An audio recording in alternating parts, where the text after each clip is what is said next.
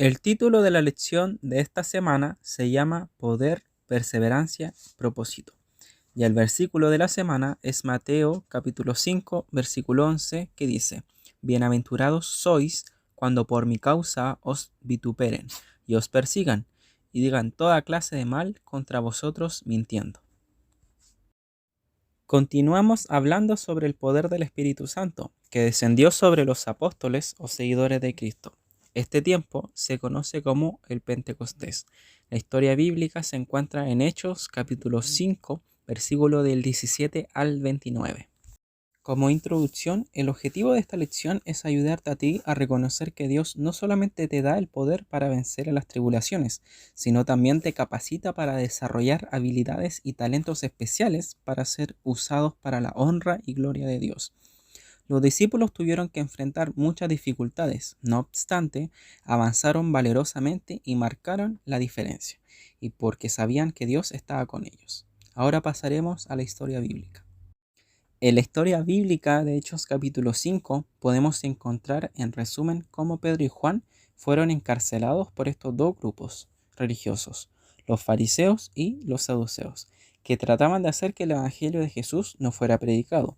Por esta causa, los discípulos fueron encarcelados y un ángel de Dios los liberó y les dijo: Id y puestos en pie en el templo, anunciad al pueblo todas las palabras de esta vida. Al momento después, los líderes religiosos se dieron cuenta de que estaban libres. Los fueron a buscar por temor a que fueran apiedrados y los llevaron a un concilio diciéndoles: ¿No os mandamos estrictamente a que no enseñarais en ese nombre? Pero ellos respondieron: es necesario obedecer a Dios antes que a los hombres, demostrando a que estaban dispuestos a sacrificar su vida por el Evangelio. En el apartado de los sabías tenemos los siguientes puntos. Habían dos grandes grupos religiosos en la época de Jesús, los fariseos y los saduceos, y a pesar de que ellos discordaban en varios aspectos, se unieron tanto para condenar a Jesús a muerte como intentar impedir que los discípulos continuaran predicando el Evangelio. Los sacerdotes y los gobernantes estaban planeando acusar a los discípulos de asesinar a Ananías y a Zafira, nuestros personajes de la lección pasada, y de conspirar contra la autoridad de los líderes religiosos. Si la actividad de los discípulos era humana, fracasaría sola, y si era de Dios, de nada valdría luchar contra ella. El fragmento de Elena de White en el folleto de juveniles dice lo siguiente: aquellos a quienes Dios había hecho los depositarios de la verdad se mostraron indignos de su cometido, y Dios escogió a otros para que se hiciera su obra.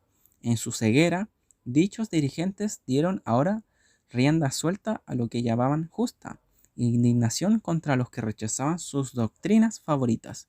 Ni siquiera admitían la posibilidad de que ellos mismos no entendieran correctamente la palabra o que hubieran perdido la razón. Decían: ¿qué derecho tienen esos maestros, algunos de los cuales son simples pescadores, de presentar ideas contrarias a las doctrinas que hemos enseñado al pueblo? Ese fragmento lo podemos encontrar en el libro de Hechos de los Apóstoles, página 65. Como conclusión de la lección tenemos los siguientes puntos. Dios tiene planes increíbles para sus hijos y todos se van a realizar si ellos los permiten. La fuerza de los discípulos, después de haber sufrido persecución, venía de la unión de ellos con Dios, con el Espíritu Santo y con Cristo. Los apóstoles afirmaron que no dejarían de obedecer a Dios para obedecer a los hombres. Esta declaración enfatizó la determinación que tenían para cumplir los propósitos de Dios, que era proclamar el Evangelio a todo el mundo. Los apóstoles no tenían dudas de cuál era su misión y no estaban preocupados por el sufrimiento que podría sobrevenirles. ¿Y tú? ¿Qué puedes hacer hoy mismo para experimentar esa transformación de vida y ese poder ofrecido por el Espíritu Santo? Suscríbete a este canal y dale like si quieres oír los resúmenes de la lección de juveniles que se subirán los días sábados. Y si tienes alguna duda sobre la Biblia o lección, puedes escribirnos en los comentarios. Nos vemos el siguiente sábado.